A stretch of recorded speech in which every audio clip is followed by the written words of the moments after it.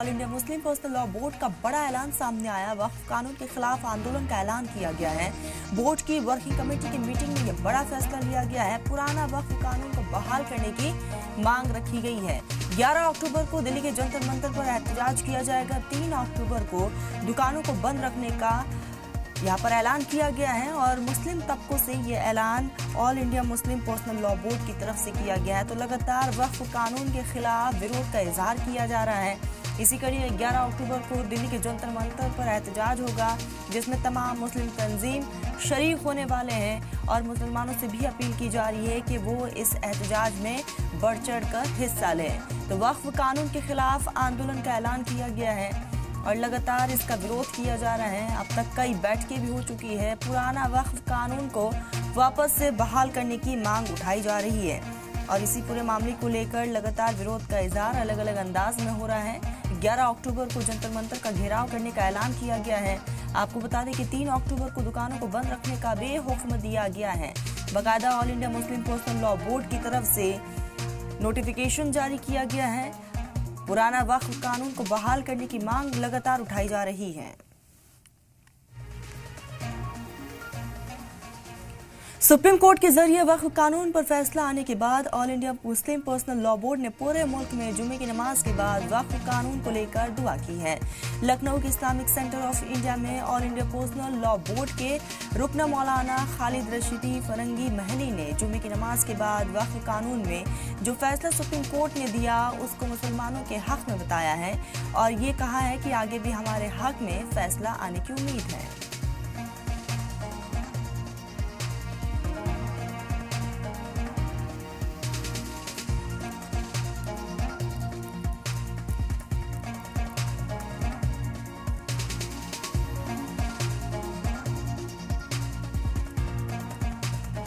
यही चाहते हैं कि गवर्नमेंट जो है मुसलमानों के हक में सही फैसला करे, क्योंकि जो चीज़ें हो रही हैं ये सही नहीं है। जो वक्फ बोर्ड जो है ये मुसलमानों की जो संपत्तियां थीं उन्होंने इसमें वक्फ किया है।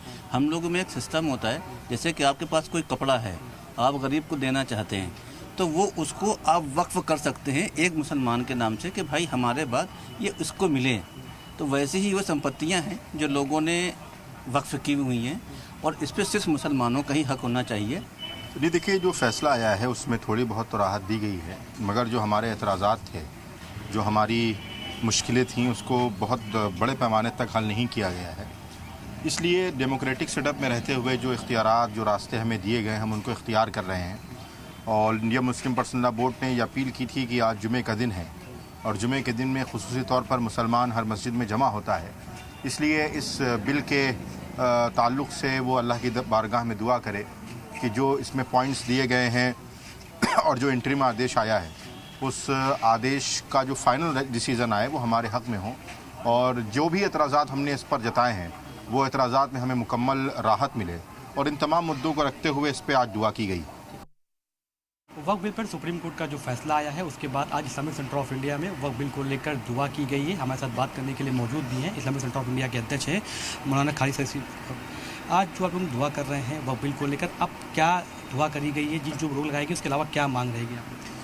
All India Muslim personal law board ने वक्फ बचाओ मुहिम के नाम से पूरे मुल्क में एक मुहिम शुरू की है, जिसका कि मकसद ये है कि हम लोग इस बात को यकीनी बना सकें कि अपने औक़ाफ़ की किस तरीके से हिफाजत हो और जो कानून हुकूमत लाई है वक्फ अमेंडमेंट एक्ट 2025 वो हम लोगों को क्यों कबूल नहीं है। इस सिलसिले में आपने देखा कि अभी जुमे की नमाज से पहले हम लोगों ने अपनी तकरीर में लोगों को इस बात से वाकिफ़ कराया और अभी ऑनरेबल सुप्रीम कोर्ट का जो इंटरिम ऑर्डर आया है उसमें ज़रूर रिलीफ़, थोड़ी बहुत रिलीफ़ मिली है। उसका हम लोगों ने सुप्रीम कोर्ट का शुक्रिया भी अदा किया और ये अभी एक इंटरिम ऑर्डर है। हम लोगों को उम्मीद है कि इंशाअल्लाह जब फाइनल ऑर्डर आएगा तो उसमें हम लोगों को कंप्लीट रिलीफ हासिल होगी। इस सिलसिले में आज यहाँ पर जामा मस्जिद ईदगाह लखनऊ में भी और उत्तर प्रदेश और मुल्क के मुख्तलिफ़ मसाजिद में खुसूसी दुआएँ की जा रही हैं। CEO जो है वो मुस्लिम रहेगा, मगर 3 गैर मुस्लिम लोगों को उसमें कहा गया शामिल करने की सदस्य में, इस पर आपत्ति रहती है? नहीं, यकीनी तौर पर हम लोगों की डिमांड यही थी और है कि जो कि वक्फ जो है खालिसतन मुसलमानों का अपना मजहबी मामला है, तो चाहे सेंट्रल वक्फ बोर्ड हो या स्टेट वक्फ बोर्ड है, उसमें मुसलमान ही को मेंबर होना चाहिए और उसी के साथ साथ जो चीफ एग्जीक्यूटिव ऑफिसर हो वो भी मुसलमान हो। और ऐसी कई बहुत से अमेंडमेंट जो नए किए गए हैं उससे मुसलमानों के एतराज़ है। हम लोगों को उम्मीद है कि हुकूमत भी हम लोगों की बात सुने और मुतालबा भी यही है और उम्मीद करते हैं कि इस सिलसिले में सुप्रीम कोर्ट से भी राहत हासिल हो। ऐसी मुख्य मांग रखी आप लोगों ने जो मानी है?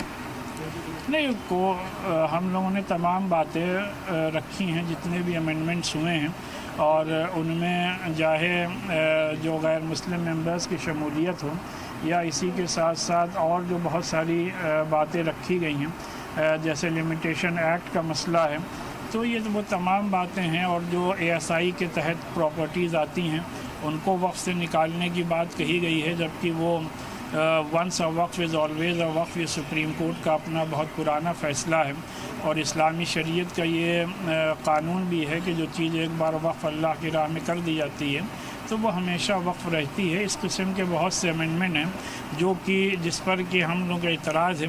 हम लोगों को उम्मीद है कि इसमें हम लोगों को कानून के दायरे में रहते हुए कामयाबी मिलेगी। जी से तो ये थे हमारे साथ मौलाना खालिद अजीज़ संगी महली साहब हैं, जिनका साफ तौर पे कहना है कि सुप्रीम कोर्ट ने जो फैसला दिया है उसमें तमाम तरह की और मांगों को हम लोग लेकर आज दुआ कर रहे हैं और ये मांग कर रहे हैं कि तमाम और मुद्दों पर जिस पे मुसलमानों को एतराज़ है वो मांगे मानी जाएँ। कैमरा पर्सन राम बलक सर, अतीक अहमद, जी मीडिया, लखनऊ।